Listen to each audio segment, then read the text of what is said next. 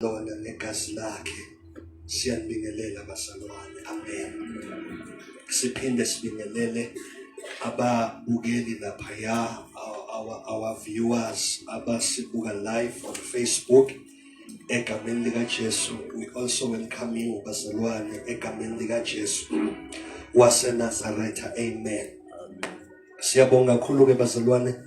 Ngiyafisa ukuthi namhlanje sithi close up i-subject yomthandazo ebesilokhu siqale kulamaviki andlule. Ngiyafisa ukuthi namhlanje sivala isifundiso siqede isyllabus, kodwa umthandazo wona awuvalwa, uyaqhubeka. Amen. So ke ngibonge futhi abazalwane ngokutonela kwabo ngama Friday. Amen. Siba neyinkonzo ezimnandi kakhulu lapha ngama Fridays, sisuke sikhuleka. Ngiyacela futhi bazalwane asingazigeji lezi nkonzo. Amen. Okay. Hallelujah. Amen. Asingazigeji lezi nkonzo, asizameni ngayo yonke indlela ukuthi sizi attend. Ngiyacela sine noBhayibhelini ethu ke masinyane sizofunda laphaya incwadi yabase Efeso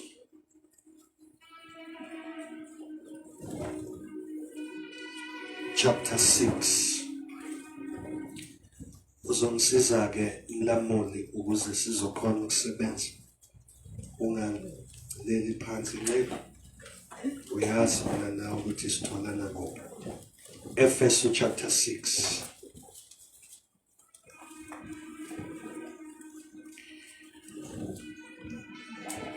Asiqobe lezozo sizovulela landelayo. Ngiyacela usondeze ne-notebook yakho eduzane ngoba sizofunda bakholwa.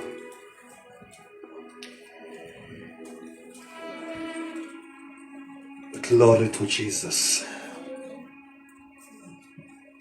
Ngiyacela ke ungifundele nje lapha ya verse number 18 ku chapter 6.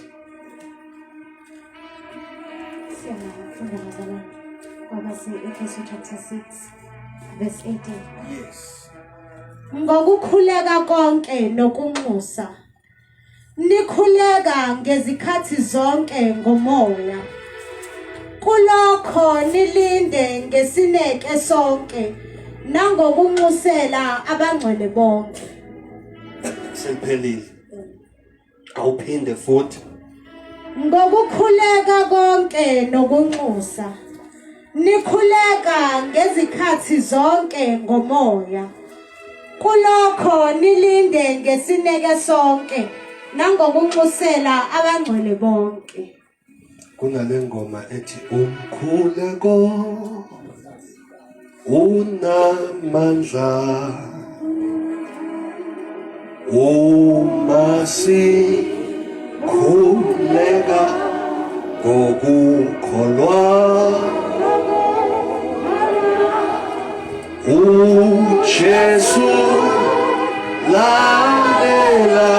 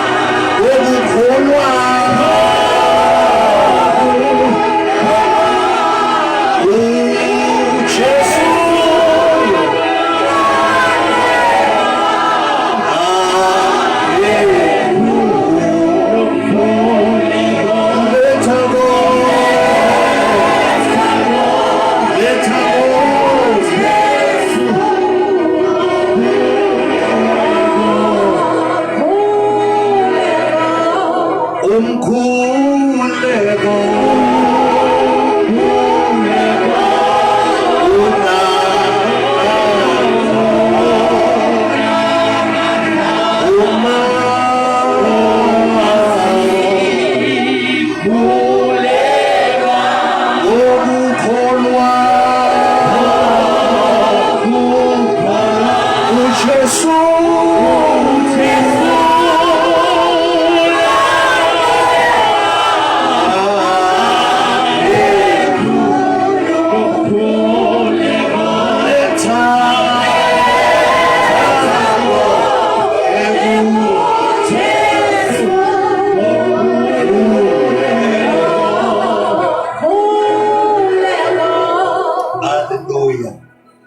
Hallelujah. So ayikho enye into esinikiwe ngaphandle komkhuleko. Hallelujah. Siqala lolu hambo lomkhuleko isifundiso. Saxoxa nani ukuthi umkhuleko indlela enikiwe kubantu ukuthi baxhumane noNkulunkulu. Amen.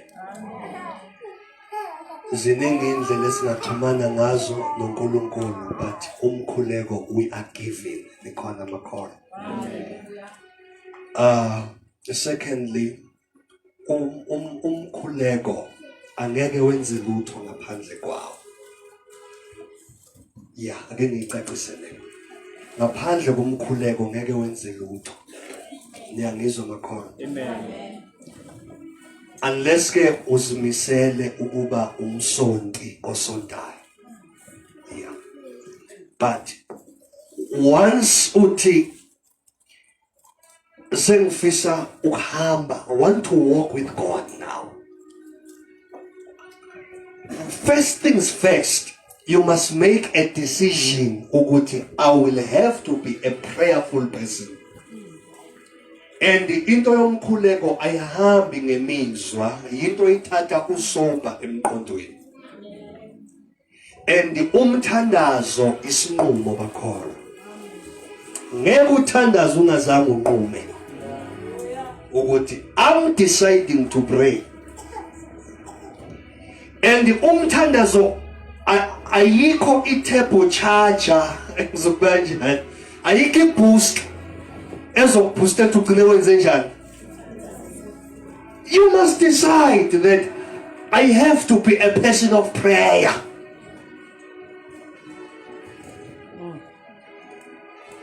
Yeah,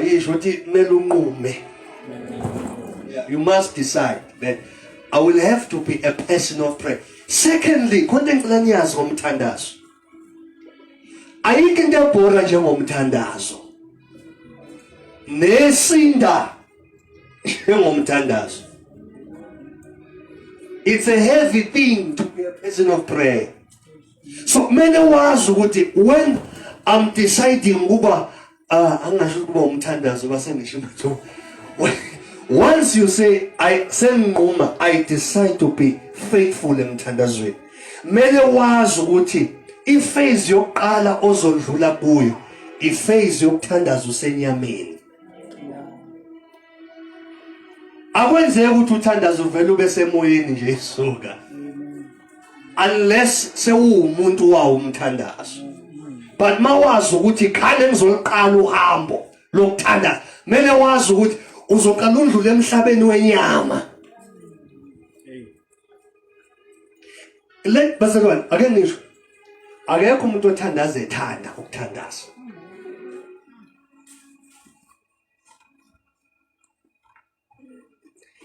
Wena ngosalindi ibhaloni nestimela esizokunika umculo omnandi ukuze uthandaze khohlwa. Akekho umuntu othandaza ethanda. Uthandaza uzwa kahle ukuthi inyama ayifuni. So ileso stage okumele usiphase. You must surpass that stage. That whenever I pray, I have to face the flesh. Ezothi ngikhathele. Ngibusy. Buphela ubuthongo ngo2 ekseni uze ukuthi ingubo imnandi umoya ufuna ukuthandaza, inyama ithi ngiyagodola. Kumele uyiphase zonke lezo zinto. Isho uthi prayer. Especially mawazi, okay, ake ngikhulume nabantu mhlambe abakhonzayo. We're speaking ma-ushers, i-worship team, okhehle gombe lapha ko i-team kaBhaka. Abashumayelayo whatever. You can never ever nikhona makhona. You can never perform ama-duties akho if you don't pray. Mawazi ukuthi unokuba kwi-front line when it comes to umsebenzi kaNkulunkulu. Kumele wazi ukuthi uzoliwa, but ukuze nqobe I must be a person of prayer. Awuthi umthandazo. So awuthandazi kumnandi.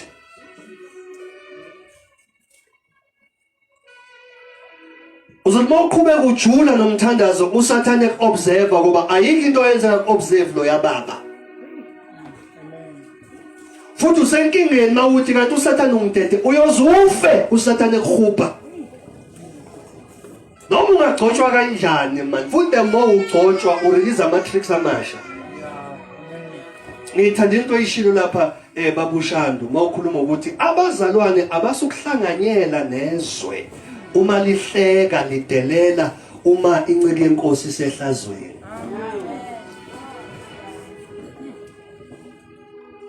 Awusazivele sibonile uyibuza ukuthi ubengayisho ngani lento the time uNkulunkulu esayisebenzisa inceke ukuthi yazi ngibona incekiwa. Ngibona incekilingwa yena njalo uthi ngangibonile masekubhedile. La ekhaya asikupromote ukuthi uma inceke kaNkulunkulu isenkingeni sihlekise nayo. Futhi akusiwo umsebenzi wakho ukuthi inceke uyenzeni makwenze awungene umgcotsho kaNkulunkulu ukhandwa izandla zikaNkulunkulu. And umuntu okwazi ukudila ngomgcotsho kaNkulunkulu isandla esimenzile awe. Okwakho is to pray. Tshela makhelwane. Tshela, what neighbor? Uma kunomfundisi osehlazweni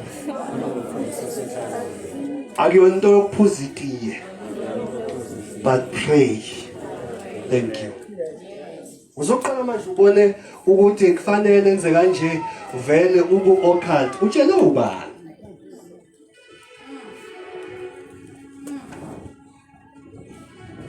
Ngiyandlula nje. Glory to Jesus. Khona sebethuswe lo moya ke njengamanje and intshumayela basayizwa ngempela. Awu Nkosi yami. Awu Jehova. Awu Nkosi yami ingane zami. Hallelujah. Right, ngicela ubhale lokhu masinyane phansi. Izigaba ezintathu zomkhuleko. 3 dimensions of prayer. 3 dimensions of prayer. Thank you, Jesus.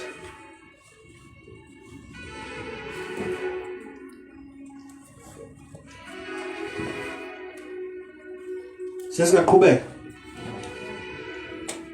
Number 1, savula ngayo lento. Sikhuleka sikuye, hayi sikuwo. Sikuye. Nikhona makhona. Sikhuleka sikuye umoya. Sikhuleka ngaye, hayi ngawo, ngaye. Because the Holy Spirit is a person. That's the first dimension. Uma sikhuleka sikuye umoya, sikhuleka ngaye futhi. Remember Romans chapter 8 verse number 26. Uma singazi ukuthi sizothini phambi kaNkulunkulu as we pray, umoya oyingcwele uyasisiza, uyasilekelela, uyasibubulela ngezilimi ezingephinyiswe. It's Romans chapter 8 verse 26. If you go to John chapter 4 verse 23 and 24, uJesu ufica owesifazane emthonjeni, okay, uningi okwenzakalayo, but simuzo uJesu ethi abamdumisayo uNkulunkulu, the worshippers of God. Wayengasho abantu abaphethe ama-mic becula, wayesho abantu abakhonza uNkulunkulu, wayesho abantwana bakaNkulunkulu, wathi abamdumisayo uNkulunkulu ngeke kusaya ngokuthi bakhonza besentabeni noma beseJerusalem. Uthi kodwa bazomkhonza bekumoya. Number 2, bamkhonze ngani? Bemile eqinisweni. Kusho ukuthi it is the Holy Spirit plus the word of God.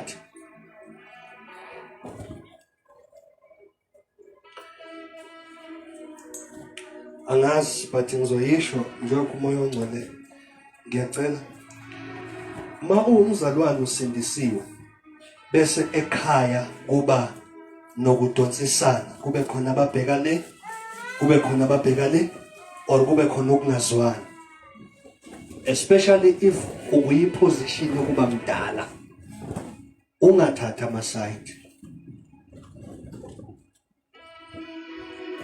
Ngicela ukuyiphinda. Uma ukhona la endlini ukuyiposition yokuba mdala, uyi-elder, you are an elderly person, kubukelwa kuwe ezinye izinto mabezozenza whatever banokukhuluma nawe. Uma ukhona la endlini kuyifamily kunokudonsisana, abanye bashona le bahamba nalo, abanye bashona le bahamba nalo.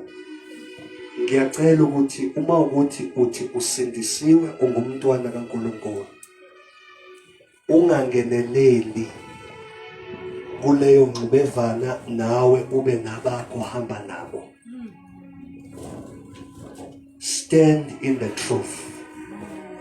Yima eqinisweni. Umele uNkulunkulu. Nikho. Noma thi uyazi, noma thi uyazi ukuthi wade umfowenu noma udadewenu, noma thi uyamazi ukuthi uyabheda vele lo. But don't stand against. Ume nalaba abamelane naye. Ngoba uNkulunkulu is for everyone. Ababhedayo naba right. Lo enkhuluma naye msho ukuthi uyangizwa.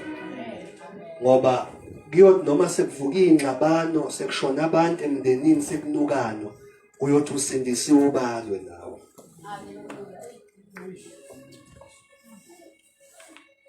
So mawazi ukuthi kunesimo esikhona ekhaya, kunokungazwani, mhlawumbe izingane ayitholani, or kodata kubafowenu khona ukungatholani okukhona, don't take sides. Yime esayidini likaNkulunkulu uzoba safe. Amen. Right. Number 2. Isigaba sesibili somkhuleko. Let us read. Okay. Sikhuleka izwi, sikhuleka sithandaza izwi. We pray the word. Number 1 sitheni sikhuleka sikuye futhi ngaye. We pray in the spirit, through the spirit. Number 2, we pray the word. Sikhuleka izwi. Lezi zinto ke uma uyigade kahle zizowukhanda umkhuleko empilweni yakho. Ngeke ukhuleke imbudane. Lokhu nje ehla ngelozi. Ayikho ingelozi ehlayo la. Uzona ukuthi sinyukela kuwe baba. Ubuwehlelani senyuka nje. We pray the word. Ngicela ke ungifundela masinyane. Amahubo 138 verse 2. Sithandaza izwi. Psalms 138 verse number 2. Sivuselele Kosu Jesu, sivuselele, amen. Sivuselele Kosu Jesu, sivuselele.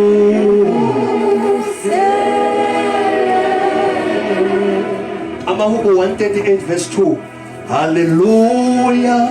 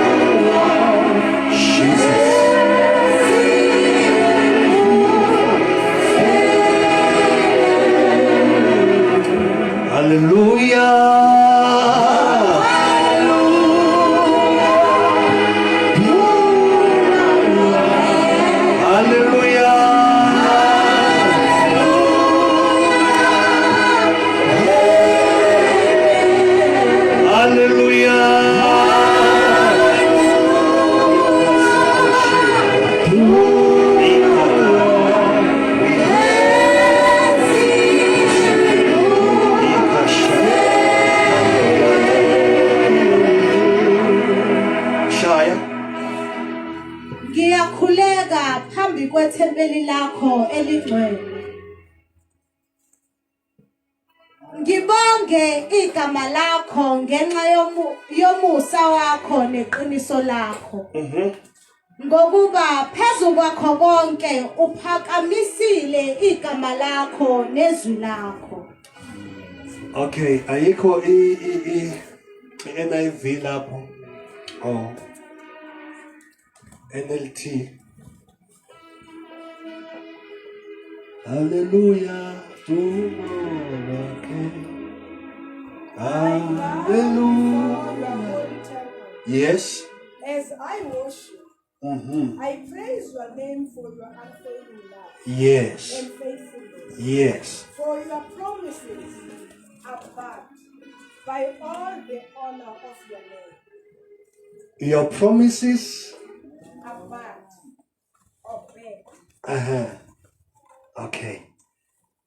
You know it well now. NIV. It's the same thing. It's the same thing. Alright. Uthi la umbhali uNkulunkulu uliphakamisile izwi lakhe negama lakhe ngezwakala makhono. Amen. Khona vision engiyithandayo ke ethi uNkulunkulu uliphakamisile izwi lakhe phezulu kwegama lakhe. Now let us fundisa ngakho. Isifundisa ukuthi njengomntwana kaNkulunkulu kumele uqonde ukuthi before uthandaza uyaliqonda yini izwi. Uthini uNkulunkulu ngempilo yakho? Uthini uNkulunkulu ngokugula? Uthini uNkulunkulu ngokuswela? Uthini uNkulunkulu ngokuzingelwa? Nikhona makona ngoba iningi lethu into esithume emthandazweni izimo esibhekana nazo. Now kumele wazi ukuthi before ngithandaza whatever situation engizothandaza ngayo lithini izwi lakhe. Ngoba according to the law of the spirit it's unlawful ukuthi umuntu athandaze alethe isimo sakhe izwi nesimo lingekho.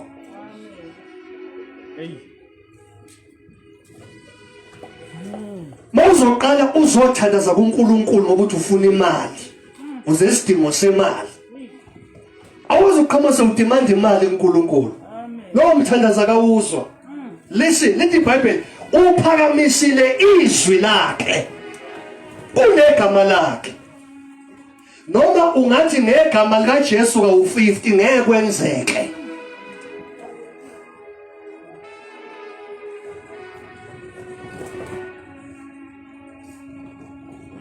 Ngifuna imali. Lord give me money. Ngiswele. Akona umthandazo loyo. Uxoxa nawe.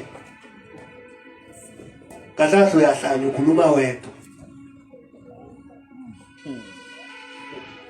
But uma uzothandaza uzoxoxa noNkulunkulu. uNkulunkulu uxoxa naye nezwi lakhe. Esimene okuso. And umkhumbuzo bakakhohlwa.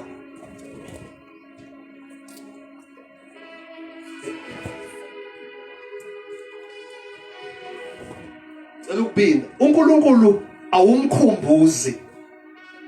Ngoba kanjani? Akakhohlwa. Yes. kusho kahle kahle lelizwi uNkulunkulu asuke lisho elakho ukuthi likholwe.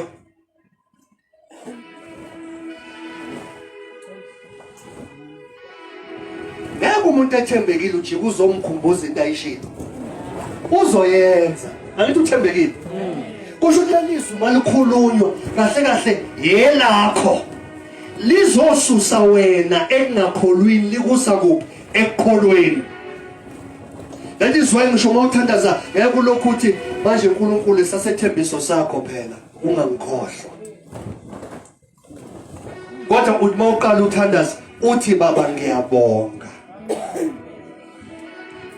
Usuhamba emazweni kaJesu. Mayithi uJesu uma ngikhuleka khulekani kube sengathi ngicela usebenze njani. Manje umuntu okhuleka ene mentality yokuthi sengikutholile into yokuqala isho uthi ngiyabonga ukuthi uthe ezwini lakho ungumelusi wami angeke awumtshela ukuthi uswele okuyazi ukuthi uswele. Into ezokukhipha ekusweleni izwi lakhe lokuthi umalusi omuhle plus ukholwa as you pray. Kusho kahle izwi akulona elikaNkulunkulu elakho ukuthi ake unyukelela uNkulunkulu akubuka khona.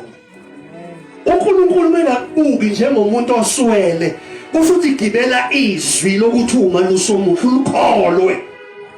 Liguqula ingqondo yakho, liguqula inhliziyo yakho uze uthi mawuyibuka ngamehlo kamoya uyibone ukuthi into engiyibuka ngiyiyo emoyeni ayifani nento esenyameni sowufikileke.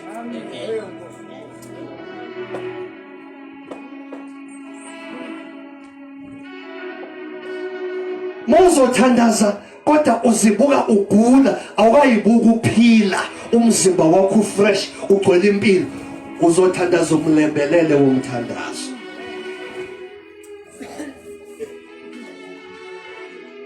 Angiphinde futhi izwi elikhulunywe la elikabani elakho livela kubani.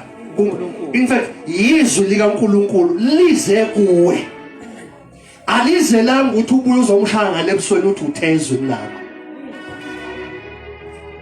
kodwa izwi lisukumisa. It rises you up from the ashes. Unyuke ngamehlo engqondo izinto athi uyibona uyizo the more you pray ulukhuluma izwi ubona ukuthi sengiyangokuya ngizibuka ngiwumuntu ohlukile. Yes. Seliyaqala ngoba izwi aliyona magic. Izwi it's a miracle liwumangaliso. So kumele liqale lisebenze wena in your soul lisebenza ingqondo yakho indlela yocaba kumele lishintshe indlela likhona kumele lishintshe indlela ocabanga ngayo njalo uyibuka umuntu ongafunwa uyibuka usehlupheki uyibuka umuntu amathuba but the more izwi ligrila ingqondo yakho uyaqala usho I deserve better. Yes. Akenzeki lisasebenza wena ngoba izwi alikwazi ukumanifest izinto ziphatheke physical lingakaqala lishintshe wena. Hey. Man of God. Beluqala uyibone wena. Umuzwa wakho ungajabule ngawo beluqala uwubone. Uqala ubuka ungami uyihoko. Futhi faith akuyona into yoku-escape i-reality. Faith iyona transform i-reality. Mele uqale uvume ukuthi okay lo muzwa wami uyihoko ukuvume lo. But awukuvumeli ukuthi uyakumukela ukuvumela ukuthi impela kunje. Yes.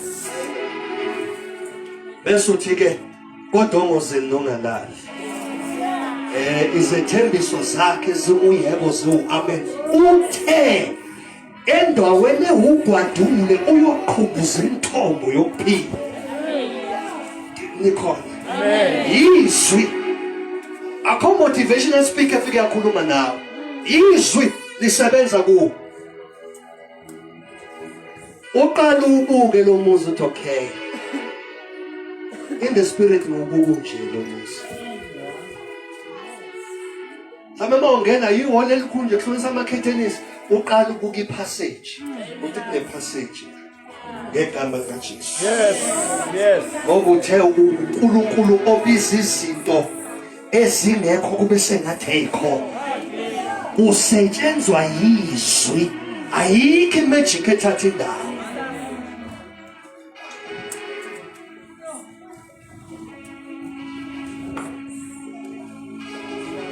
Othi amen. Amen. So abazali abaningi bathatha izwi bagijime bayoba nguNkulunkulu ngobhongwane bethi uthe yenza nje. Izwi akulolele kuNkulunkulu uyombamba ngobhongwane. Mele liguqule wena ngoba lento uNkulunkulu ayishile ezwini already in the spirit isiya exist. Izwi lizothatha wena engakholwini likuse ekukholwa. Mawufika ekukholweni uyayifica lezi zinto. Lo msebenzi okholelwa uNkulunkulu ukhona in the ngoba izwi likhona usukhona umsebenzi. But now the problem is wena oshayela izwi ithupha. Ulifunda udlala imaye phambi kwakhe entengibelini. Awunayihanga awulambela ukuthi again let me study lithini izwi laNkulunkulu. Ayengutshela inkinga uzoyithandazela uzobiza abafundisi nabo bakuthandazele uwe mawuqeda nje ukuvuka ubuyele esimeni. Until uvuma ukuthi ngidinga ukulambela izwi. And ayikho ke into eletha ihanga yezwi beside prayer. You must be a person of prayer. Once waba umuntu omthandazo izwi automatically livele uvela ulambele. Ngoba the more uthandaza uthi mawufika emthandazweni ufika uzwe ukuthi kunezinto kumele ngabe ngiyazisho la manje zisezwini. Phinda ubuyele ezwini olufunda. The time ufunda izwi your spirit iyabhildeka. Nikhona uphinde ubuyele uthi uyabuyela emthandazweni umthandazo ukutshela ukuthi kunezinto ongakayitholi buyela kuphi.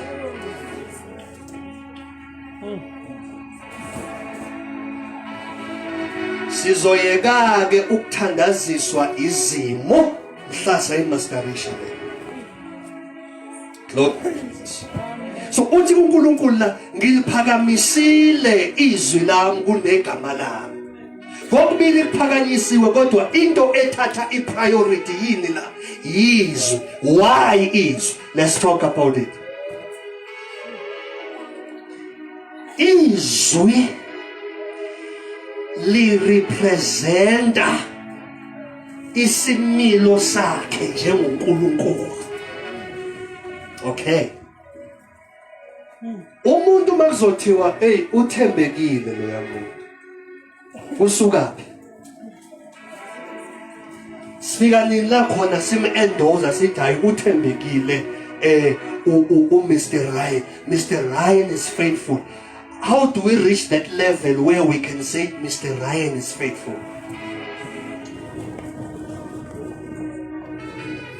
Sifika whenever Mr. Ryan says something, right? And he does it exactly njengoba eshilo. Kusho ukuthi simqala ngani? Ngamazwi mlomo.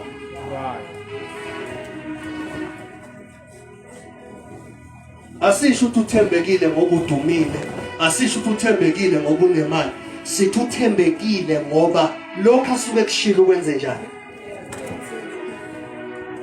So ke into that carries iweight kaNkulunkulu more than igama yini izwi ngoba izwi liphethe isimilo sakhe.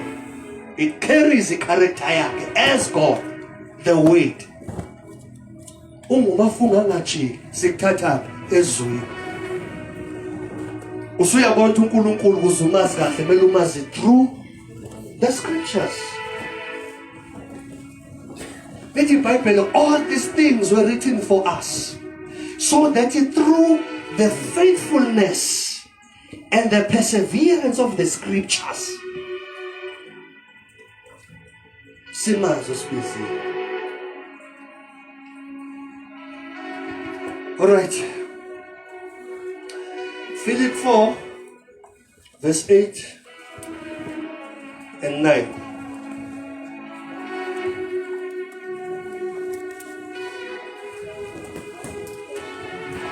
Thank you, Jesus.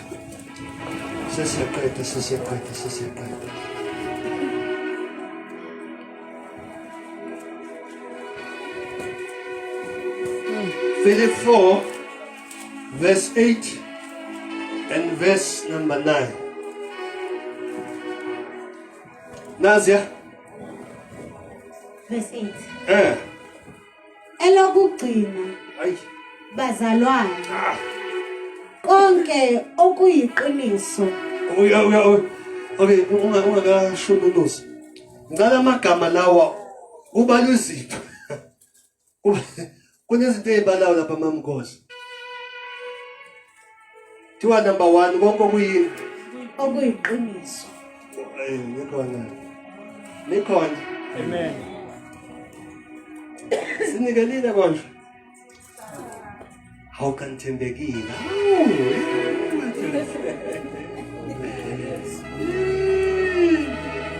My God. Bekuthiwa ngezigebengu. Sengizothi yebo mfundisi.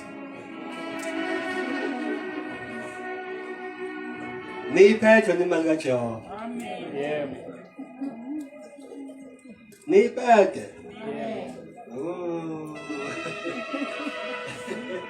Amen. Abafana be-15 bayiphethe izungu. Yabona kwathuleka manje.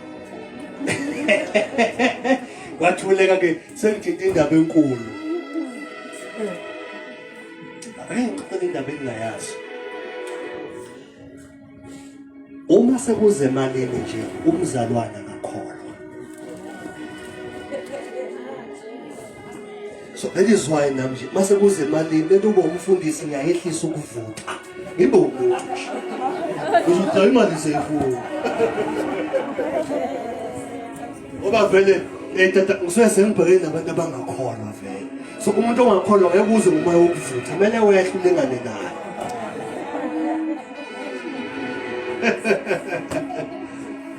Amehla ayancipha lapha ogogo bese angiboni kahle lapha ebale mntwana. Uthi malini? Uqhubeke hayi gogo kahle gogo uyayibona nje nazo.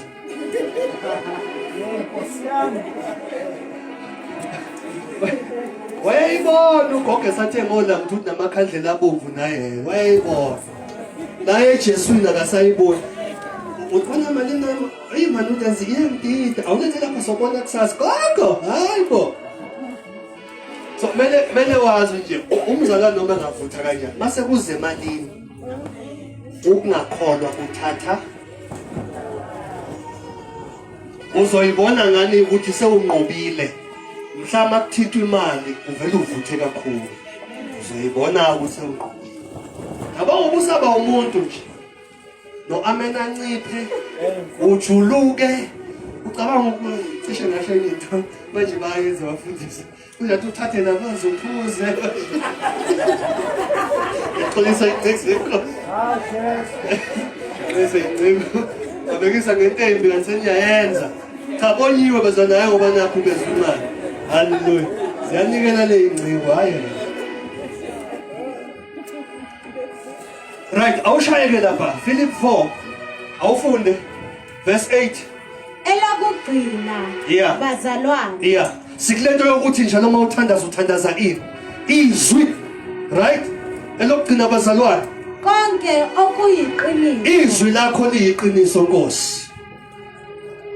Konke okuhloniphekayo. Izwi lakho liphakanyisiwe okudlula igama lakho futhi usuthi lakhulunywa ngani ngezwi ama characteristics ezwi labalona shaya konke okulungileyo. Izwi lakho lilungile liyamqondisa o simple minded if you read the book of Psalms.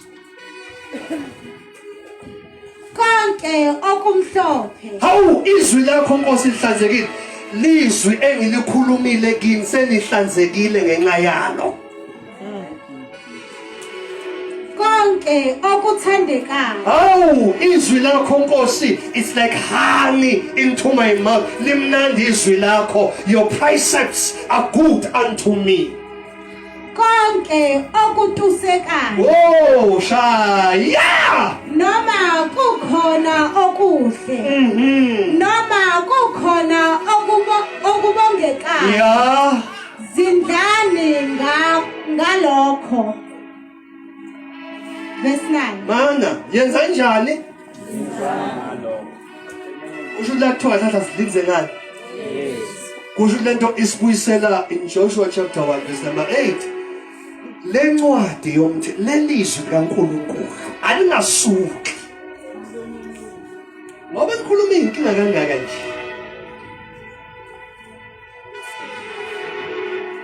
Kuyabheda. Kuyabheda.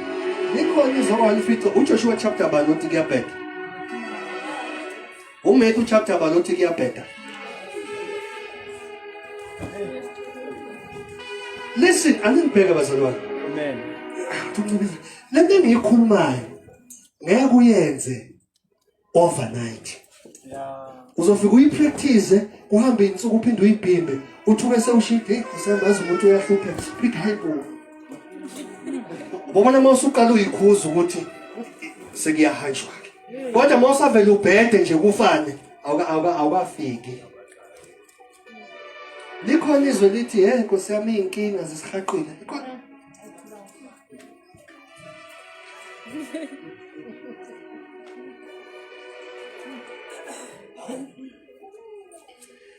Ngicela ukunisiza oba ngumfundisi onefe yazi bakithi. Okay, mamkhumalo. Uzokuficwa isimo esibhlungu. Uza ukuthi mawufuna ukukhanda cha nguprofeti ma. Ngenze sibonelo ukuthi hawo ukuthi kusazobheda. Uficwa isimo esibhlungu uza ukuthi even namandla enze njani. Akusona isono mawusuka uya ugogo Sibelane ukuthi mama impilo iyangiyakazisa kubi angithi ukhuluma noba akahle uzoconfide uzobhoba ukuthi uzizwa kanjani akusona isono ngoba usenyameni kodwa mawuzosuka nje wedwa Nkosi yami kuyabheda zimnyamize utshela baba.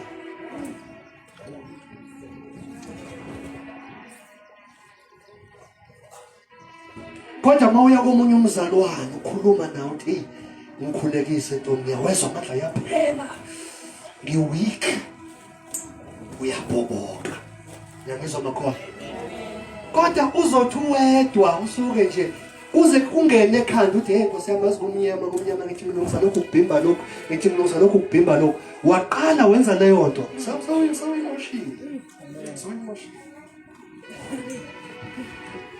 futhi ke kulesikhathi se-social media ka sekubhedile impela kwaqala wayisandapha ku-Facebook, WhatsApp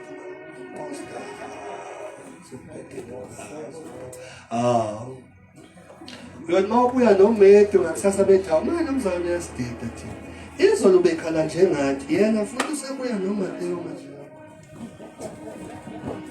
Ingakho ngiyakithi uma uwumzalwane before you post whatever you post awuqala uyindlulise kuwe uphinde uyini wayo ukuthi ngumzalwane bangizopost. Awu nikhona. Phinde ukukhumbula ukuthi uyini umzalwane. Ngoba umzalwane kunabantu abangebasho lutho kuwe. But they observe you. Whatever you post they follow you. Ngiyangizwa makhona. Whatever you post they follow you. Hawu upost ukuthi namhlanje okufaka ibhiya ke namhlanje.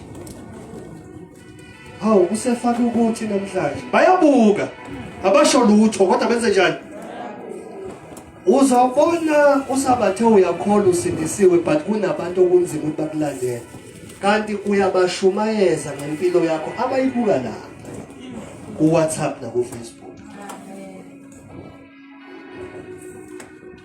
Glory to Jesus. Amen. So whatever you post in Facebook or WhatsApp, ukubeka engqondweni uposta umzalwane. That's what I'm saying to you. Thola umuntu ongazokubhobokelana naye. La khona ukwazi ukukhuluma njengomuntu okuthakathaka noshayekile. Kodwa mawusuphuma to the eyes of the public, ubuye unamandla masha. Nezinto zoyiposta zoba right. Glory to Jesus. Amen. Uthi kumbhali la lezi zinto senze njani asidlinze ngazo. Kusho kahle la kudlinzwa ngani? Ngezwi likaNkulunkulu. Verse number 9. Verse 9. Enakufunda nakwamukela nakuzwa Nakwenze njani? nakuzwa Mana ke asamsana. Nakwenze njani lezi zinto? enakufunda Zo, yabona wena izwane ekhaya sifundisa ngoba sifuna lento wenze njani? Uyibambe. Sifuna mawusuyibambile bese uyapply.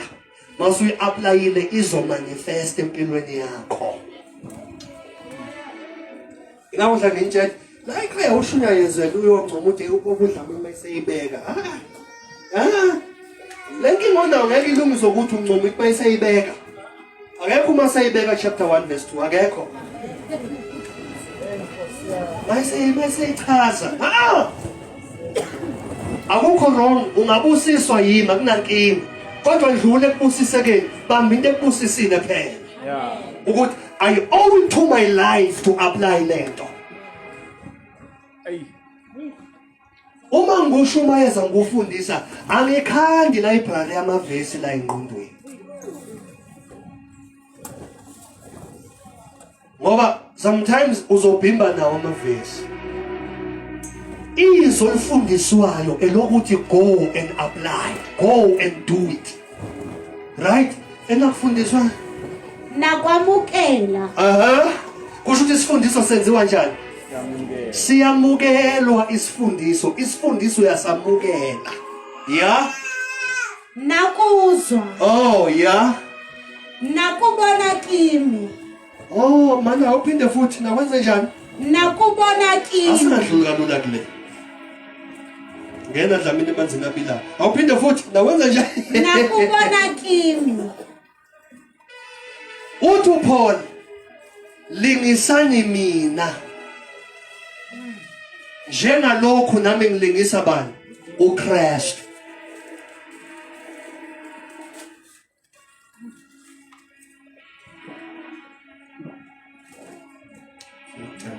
Hey. Manje namanzi abila kumele ngene kuwo. Yeah. Angazi mbe last of last week ngathi kini bazalwane uzana ukugcina ngeintshumayelo zalo kuphela. Kodwa nempilo yami ake nizume usondeze eduze. Ayimba sesaphuma kula masonto ayidlala ngathi. Yemezwi wenzayo uzokusho. Preacher, what are you saying? Ningadake wenzayo kodwa ngushoyo kwenze. We must observe your life, Mr. Preacher. We must see ukuthi inkingeni Mr. Preacher wenza njani. When you are under pressure umisa kanjani. Leyo ukuthi yenzane ngushoyo ningakunake ngikwenzayo.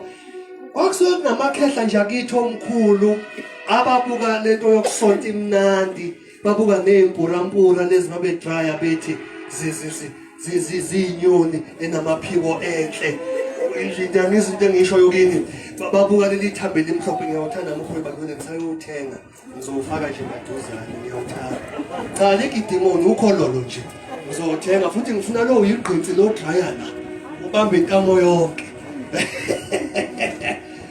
Yabona? Omkhulu babuka kwamnandi kanti umkhulu lo ube nogandaganda limela amakhehla endawo ethi ngoba unogandaganda akagcotshwa kumfundisi ukuze solinyelwa mahala unobaba usibiya naye ubuneveni elikwazi ukusilayishela impuphu eplazini kwamlungu naye akagcotshwe leli veni elithatha nabaza akabe umfundisi. Mina ngiphuma esontweni elinjalo ubugcotshwa based on what you have. usizo onalo ebandleni lolo lukhwali olukunika ugcobo ukuthi ube umfundisi. Manje ke umkhulu afika aphuza isiqatha lapha agoqa imboza bese mayebuya kodwa athi yenzane ngikushoyo ninganaki ukuthi ngigoqa imboza.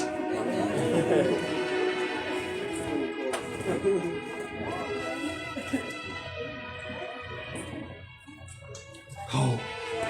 Hayi nangu utata ngoba utata lapha enekalishi lokuthutha isithuthi mphakathi semele simgcobe ke abe udeputy Dlamini.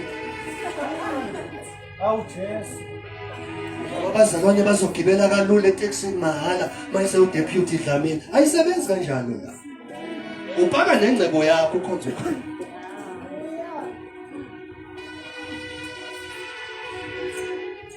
So ke okhokho bazokutshela siphuma esontweni kanjalo.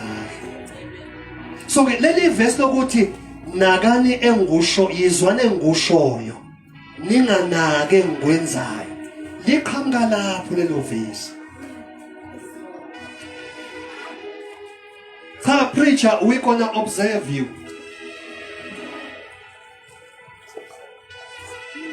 We gonna see ukuthi uphila kanjani mfundisi. Masifica imoto yamfundisi ipakile lapha yakusho igubhu. Mele sizwe ukuthi mhlawumbe uyathandaza phe ePick kwenzakalani.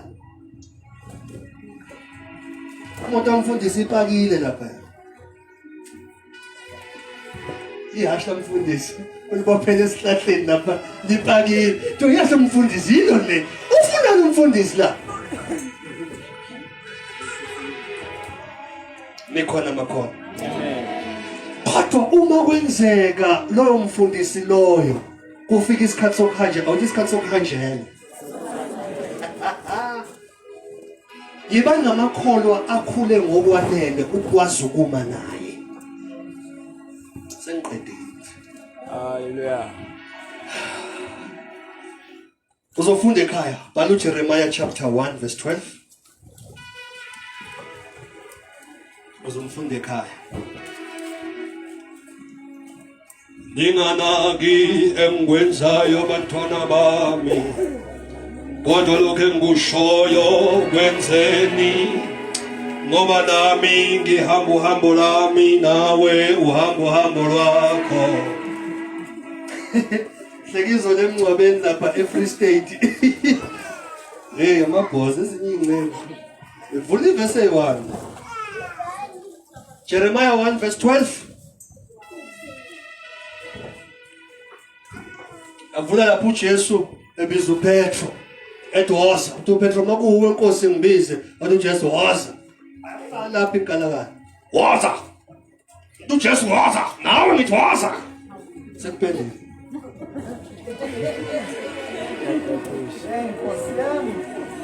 Endilabo mama uame noqhuma la. Neyinefu emaphaketheni.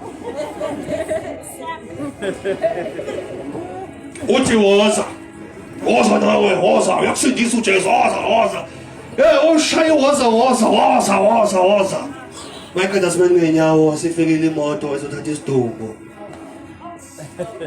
Besanje ngewoza. Amen. Ngicela futhi uphinde mawufika ekhaya ungifundele uIsaiah 55 verse number 11. Alibuyeli lambatha. Elithunywe kona liyakwenza. Hayi! Aligeje izwi. Thank you Lord. Okay. Level yesithathu, dimension number 3 when it comes to prayer. Pray in obedience. Thandaza ekumlaleleni uNkulunkulu. Evini lakhe. Ake ngiyilungise le masishane bese siyathandaza.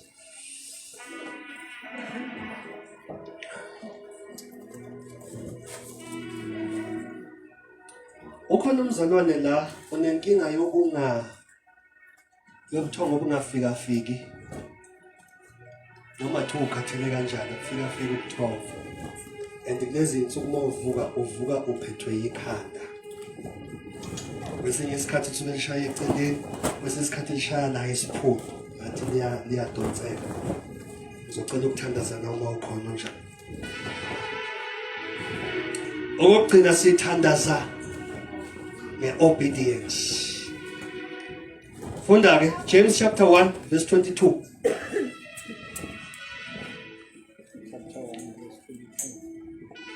Nesizulu tu uJakobe ne lapho kwi-New Testament mawusuya ngasekugcineni uphikelele lapha esambulweni woza Jesu woza sindisa woza ngicela kade ngithema angithi kuyabanda lapha e-Free State ngimile la ngithamela ilanga iyokhela ugwayi la iyabheka ibemele ukuthi sayonyuka izositshela nje woza so yena nginankinga ke nawe vele akasindi bayidlalela nje ukusonda and uNkulunkulu akahlangene lutho nokusonda so wenza kahle into yakho kodwa nginenkinga ngawe uthi umzalwane bantu abasha akube khona sisipostele imkhuba namhlanje kusasa usuyasiqinisa usuyakhuphuka ngevesi nange khuphuka ngoJohana ha nini kanjani right shaya yebo Yibani ngabalenza izwi. hayi funda kahle ivesi Yibani ngabalenza izwi. yibani ngabenza noma ngabalenzayo izwi ya Yibani ngabalenza izwi. Fala kanjani yabona isizulu impela sidinga uadjust uqhubeka manje it simply means let us be the doers of the word asibe ngabalenza asibe ngabenzi bezwi it simply means that yeah Ningabi ngabalizwayo kuphela nizikhohlisa. kusho ukuthi izwi mawulizwa kodwa ungalenzi unjengomuntu onjani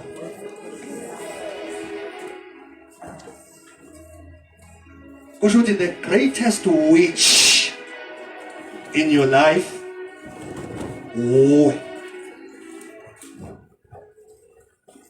before nje ukhokha umsila wehashi ya ngikha yazamleka ncane shaya hey vuka isithundu khaya ngaba sesikhuphule noma sisehlisa yeah understand ngoba uma izwi ulizwa kodwa ungalenzi uzikhohlisa wena in other words uzirobha wena impumelelo ngoba impumelelo yakho ifihlwe kulizwi iprotection yakho ifihlwe ezwini ukuphila kwakho so uma urobha izwi uzirobha wena shaya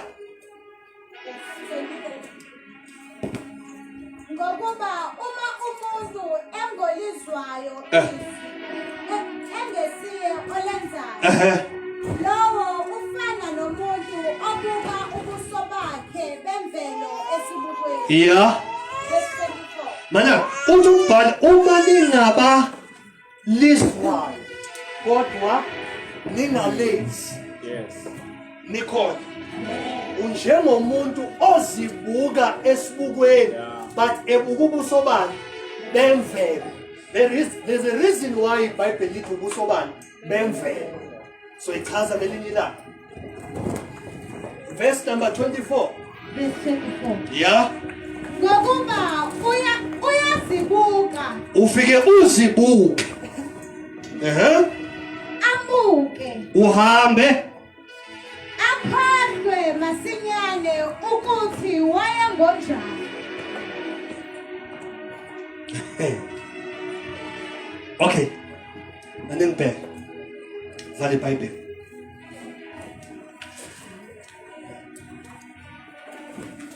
ngicela ekhaya okay senze kanje bala masinyane notebook yakho ngicela ekhaya ufike ungifundele u1 John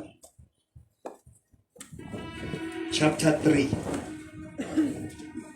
1 John chapter 3 under this topic here obedience praying in obedience 1 John chapter 3 ne? verse 21 to verse 24 no 2 John verse number 6. U2 John no 3 John akanawo ama-chapter khona amavesi kuphela.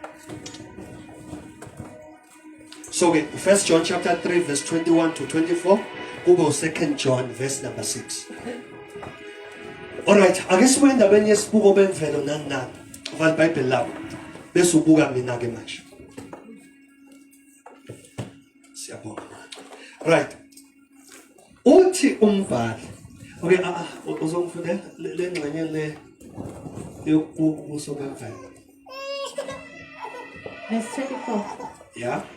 Ngokuba uyazibuka. Okay, ufike wenze njani? Alright. Isibuko lesakwakhe esilapha ebathroom. Mawufika uyibuka. Siveza lento yiyo. Mawufika ekseni ubuso busavuvukela kodwa uyavuka ebuthongweni usadumbile. Isibuko sizomnika ini. Ubuso budumbile, right? But in this mirror, which is the word of God, la kuba ubuso bakho bemvelo. Yini ubuso bemvelo? Inhlebo. Yini ubuso bemvelo? Inzondo. Yini ubuso bemvelo? Ngiyahlupheka. Yini ubuso bemvelo? Ngiyagula. Yini ubuso bemvelo? Bayangizonda. Yini ubuso bemvelo? Usibanibani wangenza ukuthi ngo-1986. Yabona ubuso bemvelo? Yini ubuso bemvelo? Angisebenzi.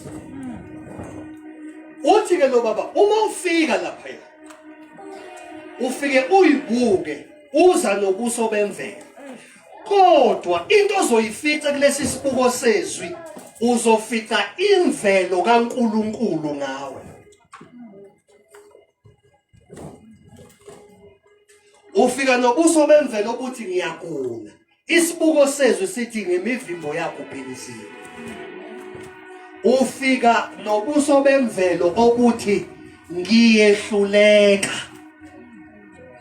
Mawufika isibuko sezwi sithi ninakwenza konke ngoKristu ongiqinisayo.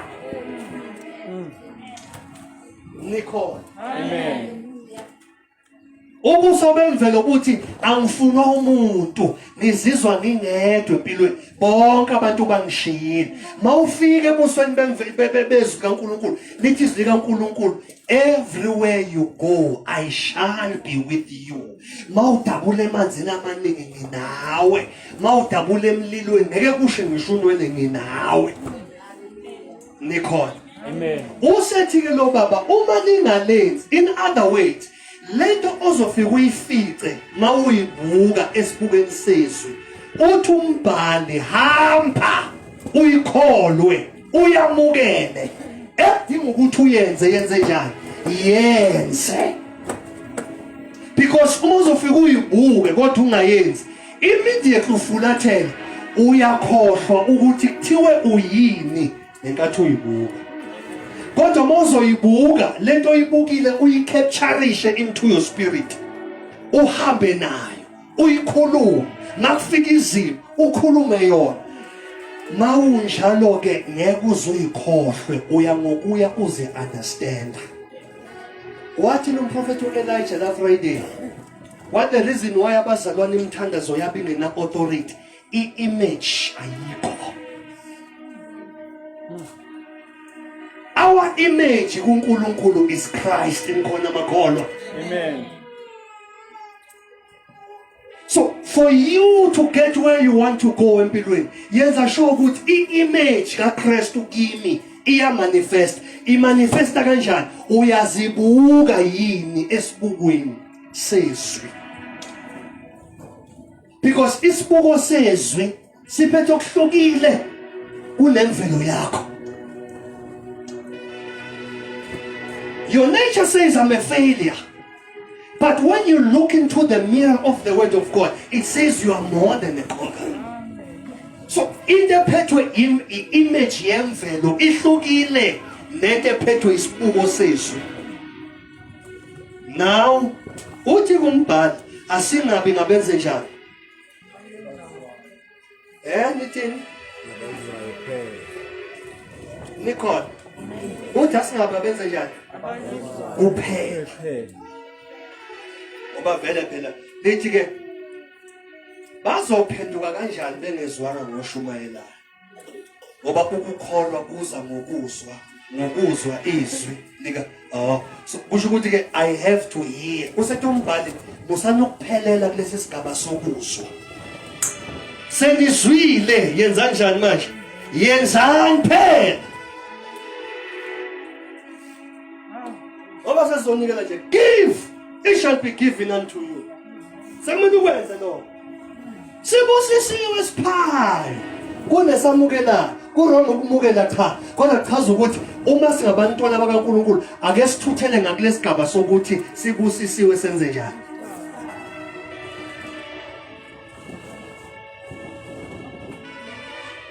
Usuyaqhamuka ke lapho ke, ususerious, usubumba ubuso, usukreme nelimo, usuzothandaza ke. Bayede Nkosi yezulu. Oh baba wethu, uNkulunkulu anendaba nayo yonke leyo. Hayibuka lenhliziyo. Engenayo ngisho umahubo 20. Kunabazali ozothuka enhlizweni yakhe akukho ngisho uPsalms 23 akekho. uPsalms 23 akekho. Mayisenkile nje kukhuluma ayibabo.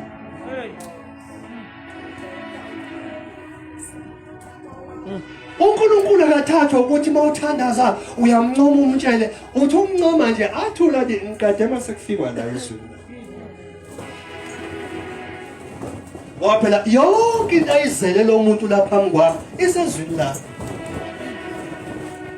So noma ungamncoma uthi igama lakhe liphakeme okay but kune issue ekulethe ealtar. And omdala oyinsuku ubuka ukuthi izwi lami likhona. Okay, senithi kuwe. Uma uzothandaza umthandazo onemiphumela, uyalobeya yini izwi?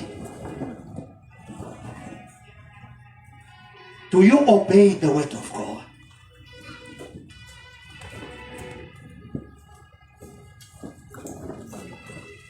Busisa abaqalekisa. Uthande abakuzondayo. Ngoba usuzovutha nje la uyakwenza yini lokho?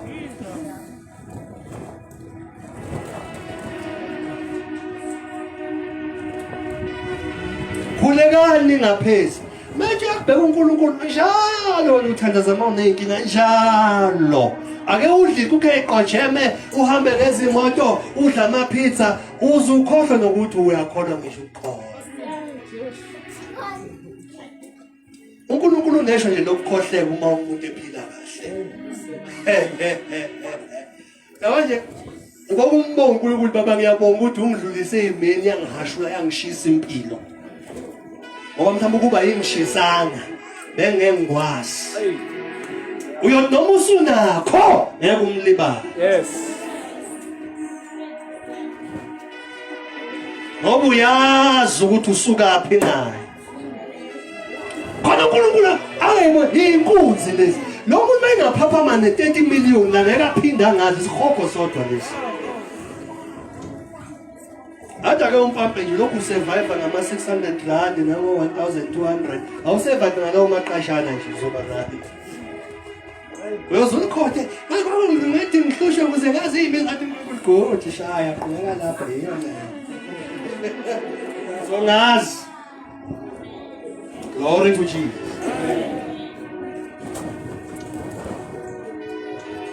Tenizwe. Remember, njalo uma uzothandaza number 1, ngithandaza ngikuye ngaye. Ekhona. Number 2, sitheni? Sitheni? Sithandaza izwi, hayi washing ngeenkinga izwi.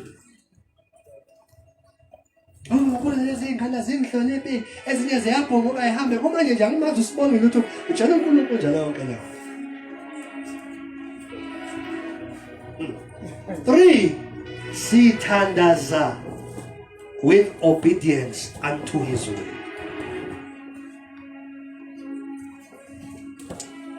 Uthe izolo umpostoli ikhehla ubheka ithwala utata katata. Abazalwane ngisho ekweleta imali. Uyavuta. Wena ulimete ngikweleta. Yena ubika ribasha, makhosha, mayakubona rebasi. Azabala athi basho umoya gijima shone. Kuma ilivese lithi. Kuma ilivese lithi lahlani konke okuthandela. Uthi wena ubizla uthi mokhashanda. Lo mzalwane ngoba elila ngalo 20 rand wakhe nje uthandaza emoyeni uthi rekhoshanda. Wathi siyazi ukuthi uyamkoleta ngomkhokha. Hey, Nkosi yami. Uzokuqasha ngokuvutha. Mina ngikweleta abantu endlela ayaveka. Ayebe kahle. Wena wasezweni, wasezweni makhulu ngekweletu, bayoqasha. Ashaka akubona eShoprite, uzoqosha njani? Kodwa athi akubona. Hey, Olemantshana. Hayibo. Hey kubi. Hey. Ngithi uzothathela ingane. Amohlala phansi nomzalwane. Umtshela ngiyakweleta. Ake sixoxe payment arrangement la. Somisa kanjani? Ne1000 engikweleta lo. Ngiyacela la Christ domain ngiyacela. Singabolekani imali kezwakala. Ukuze nje sikhonze kahle. Unelinceke yami yaboleka imali kimi sakhonze 1 yathi yabona ikhona ukuyibuyisa yahamba kanje mina nginankinga ngaze ngisho ukuthi the Sunday ilandela ngifuna umshado hayi lo mali ngiyanikela na wagcina lapho ngabona ukuthi uMongcolo uyangisola adlahle uma umzalwane nje angiboleke 50 rand futhi ngiyakupha manje ungasayikhokhi uphisa ukuthi imali yabo belokhu ecimeza nje.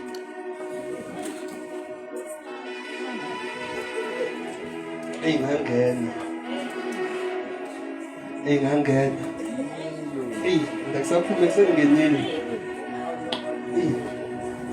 Sengenile. So, listen, ukuze kube lula, umzalwane mawubona imali incane ayikho serious. Angazi kuwe imali eserious kungaya ngawe ngokuthi mawuyibuka ucebile imali eserious kuyingakanani. Mina nje awanje makuthiwa kunomzalwane la ongikoleta kusona 300 rand kuyaphansi ngiyakupha lo. Akusimali engangilalisa ngekhanda bese ngimbuke ethandaza ngilimali. So aqale ngapha makhomzana ngimkoletayo la. Okay makhomzana ongikoleta imali la. Ngicela usukhululeka ngiyakupha leyo mali uma ungasayibuyisa mawufisa ukuyibuyisa ngicela ukucinga umzalwane ombona ukuthi uzoyidinga uhambe uyomthengela igrocery uyise kwakhe. Hallelujah. Uyakhuluma zami. Lalela. Enkonzweni ingabolekisana imali ningisize. Umboleka umuntu wangaphandle. Kodwa makumzalwane manje umsindo usithi inkosi ngicela ungisize le mali ngiyikhiphe enhlizweni yami ngibe ngiyitshede nginikela ngoba mayisebona ukuthi nakule sande elandelayo anginayo imali yokumbuyisa hayi kuzobe khona hayi angiye enkonzweni yabo awunobese uyabona sekuphethe into engakanani ake ngikhulume nje ngiyeke imali ngifisa ibhatshela uyabona sekuphethe into engakanani iqale kuphi kubolekisana imali ngithi mina la eChrist domain viewers babuma baso zamo manisibuka edomain akunabolekiswana ngemali umzalwane manje umenze njani ngoba uma isimhlula ngempela ayibuyise sekulukhulu ukukubuka ngoba uyodoma ungamnakana ngempela mhlawumbe uxhawula omunye aveshe futhi le mali engimkweletayo. So lokhu ngiyakusho njengobaba ekhaya. Ngiyakusho njengendodana emzini kababa. Uma uwumzalwane la ungayiboleka imali ungabolekisi yipha noma uphiwe glory Hallelujah. ngoba lento idala inkinga mase kumele kukhona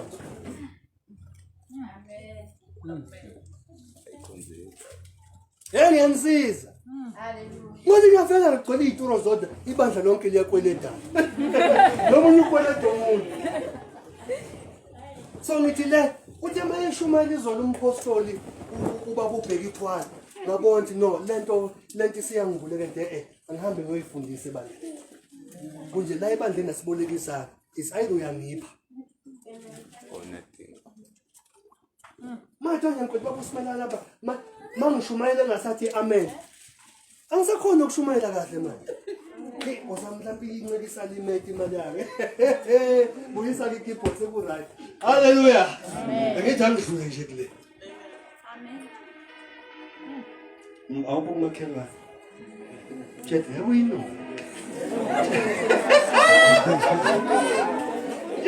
wone wino nje wone wino yoma nembuphe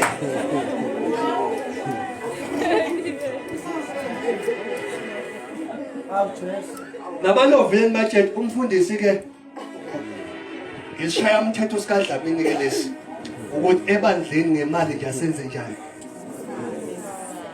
ngiyantshela ngempela bangcwele intshela ngahlekelwa ikhona ebandleni khuluma iqiniso namanje mangayithola ukuthi angiyazi ihlala mangayithola impela hayi ngitshela ncebe ngoze ngiphi kule ngamubone kayona ngithi nginani yakupha nale futhi was come back to church ngoba bona uyayithanda inkosi mase shaya ukuthi ngiqolethe umfundisi webandla wonke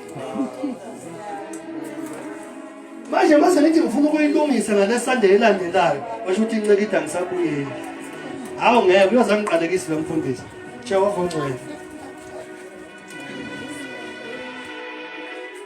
azange ngizule ngithenge ebandleni nasensesha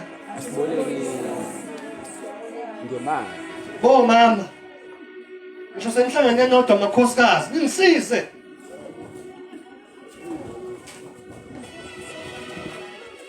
ukuthi bese ngiqale niyenze ukubolekisana ama 200 rand usasomupha lo mama mfundisi mina ngivuthi njengami ngiyazi awuvuthi njengami kodwa ngicela usasomupha amen